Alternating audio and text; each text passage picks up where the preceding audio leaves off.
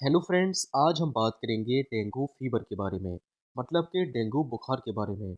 यहाँ पर हम बात करेंगे इसके लक्षण, मतलब इसके सिम्टम्स क्या क्या होते हैं और इसके सिम्टोमेटिक ट्रीटमेंट के बारे में कि कब देखिए कौन सी मेडिसिन का यूज़ करते हैं। तो चलिए दोस्तों शुरू करते हैं। तो सबसे पहले जान लेते हैं इसके सिम्टम्स, मतलब कि इसके लक्षण क्या क्या होते हैं। तो डेंगू फीवर में तेज बुखार आता है पेशेंट को, सिर दर्द होता है और आंखों के पीछे दर्द होता है।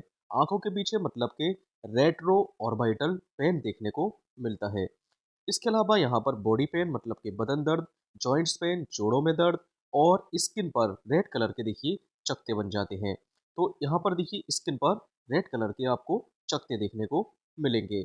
इसके साथ साथ यहाँ पर वीकनेस, कमजोरी देखने को मिलेगी और वोमिटिंग, उल्टी आएगी पेशेंट को। और इसी के साथ साथ यहाँ पर प्लेटलेट्स की कमी हो जाएगी। यहाँ पर प्लेटलेट्स का नंबर देखिए डिक्रीज हो जाएगा, मतलब कि कम होने लगेगा। अब बात कर लेते हैं इसके ट्रीटमेंट के बारे में। तो देखिए, डेंगू में कोई स्पेसिफिक एंटीवायरल मेडिसिन नहीं देते हैं। यहाँ पर केवल सिम्टोमेटिक ट्रीटमेंट ही दिया जाता है। अगर देखिए पेशेंट में बुखार है और दर्द है, तो फीवर और पेन को कंट्रोल करने के लिए यहाँ पर पैरासीटामोल मतलब कि पीसीएम का यूज़ करते हैं। पैरासीटामोल की जो डोज है वो 500 मिलीग्राम या 650 मिलीग्राम। और इसकी डोज देखिए कितनी देनी होती है। एक टेबलेट 6 से लेकर 8 घंटे में। तो एक दिन में लगभग देखिए इसकी पीडी या टीडीएस डोज दे सकते हैं। मतलब कि दिन में इसको 1-2 बार या 3 बार तक दे सकते हैं। ओके, और मैक्सिमम से मैक्सिमम देखिए इसकी 4 टैबलेट दे सकते हैं। ओके, तो पर डे मैक्सिमम से मैक्सिमम 4, लेकिन देखिए मिनिमम 2-3। ओके, तो जब तक बुखार रहे ये पैरासीटामोल पेशेंट को देनी है। यहाँ पर नोट करने वाली बात होती है देखिए, एनसेट क्लास की मेडिसिन। एनसेट क्लास की मेडिसिन जैसे कि एस्पिरिन हो गया या इबुप्रोफेन, तो एनसेट क्लास की मेडिसिन यहाँ पर नहीं देते हैं, क्योंकि देखिए ये खून बहने का खतरे को और बढ़ा देती है। तो इसी वजह से इन मेडिसिन को अवॉइड करते हैं। इसके अलावा यहाँ पर देखिए ओआरएस घोल, कोकोनट वाटर या फ्लूइड कोई भी देखिए ये डिहाइड्रेशन को रोकता है। तो डिहाइड्रेशन को रोकने के लिए ओआरएस, कोकोनट वाटर या कोई भी फ्लूइड आप पेशेंट को दे सकते हैं। डिहाइड्रेशन से बचने के लिए बार बार पानी दें, ओआरएस दें, नींबू पानी, नारियल पानी। तो देखिए जब तक वीकनेस, कमजोरी ठीक ना हो तब तक ये पेशेंट को प्रिस्क्राइब करते हैं। इसके अलावा यहाँ पर देखिए पीपीआई क्लास की मेडिसिन। तो वह मेडिसिन जिनके अंत में प्राजोल शब्द होता है वो पीपीआई क्लास की मेडिसिन होती है। तो यहाँ पर पीपीआई क्लास की मेडिसिन मतलब कि प्रोटॉन पंप इनहिबिटर क्लास की मेडिसिन दी जाती है। तो ये क्या करती है देखिए, ये पेट की सुरक्षा मतलब कि स्टमक प्रोटेक्शन को बनाए रखती है। तो स्टमक प्रोटेक्शन को रोकने के लिए मतलब कि स्टमक में कोई अल्सर ना हो जाए, उसको दिख तो स्टमक को सेफ रखने के लिए पेंटोप्राजोल का यूज करते हैं। तो उसकी 40 मिलीग्राम ये दिन में एक बार सुबह खाली पेट देते हैं। तो देखिए ये लगभग 3 से लेकर 5 दिन या 5 से लेकर 7 दिन तक दे सकते हैं। इसके अलावा अगर पेशेंट में हमको दिख रहा है कि पेशेंट में उल्टी मतलब कि वोमिटिंग और नौजिया मतलब कि ची मचलाना, ये शिकायतें देखने को मिल रही हैं, तो यहाँ पर ऑन्डेंसेट्रोन का यूज़ करते हैं। तो ऑन्डेंसेट्रोन की 4 मिलीग्राम टेबलेट के फॉर्म में या इंजेक्शन के फॉर्म में पेशेंट को एसओएस मतलब कि ज़रूरत पर ये देते हैं।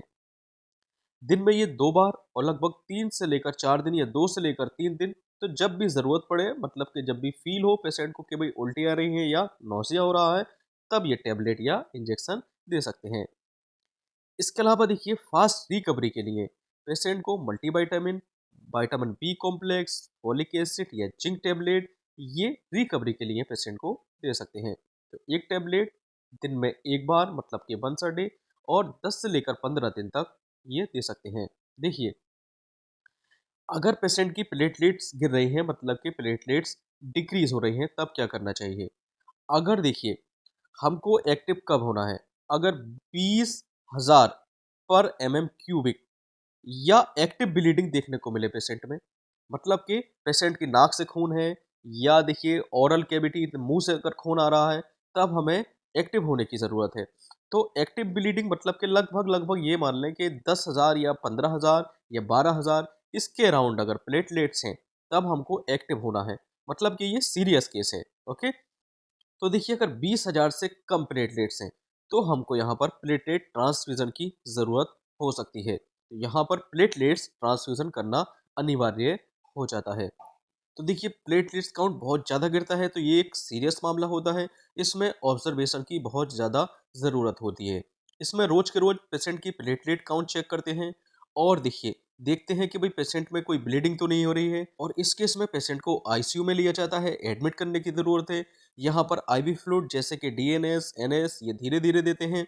पल्स चेक करते हैं, बीपी चेक करते हैं, यूरिन आउटपुट की निगरानी करते हैं, और इसमें देखिए पेशेंट को आईसीयू केयर में रखना ज़रूरी होता है। देखिए यहाँ पर नोट करने वाली बात ये होती है, डेंगू में देखिए किसी भी तरह की दर्द निवारक गोली, दर्द निवारक टेबलेट मतलब के एनसेड क्लास की मेडिसिन नहीं देते हैं। एनसेड क्लास की मेडिसिन जैसे कि इबुप्रोफेन हो गया, डाइक्लोफिनेक हो गया, एस्पिरिन हो गया, तो ये मेडिसिन नहीं देती हैं, क्योंकि ये प्लेटलेट्स को और घटा देते हैं और ब्लीडिंग के खतरे को ये मेडिसिन बढ़ा देती हैं। तो ये ट्रीटमेंट हुआ, देखिए ये डेंगू का ट्रीटमेंट हुआ। अगर इसी तरह का आपको अगर ट्रीटमेंट की ज़रूरत है तो आप मेरी बुक भी परचेज कर सकते हैं।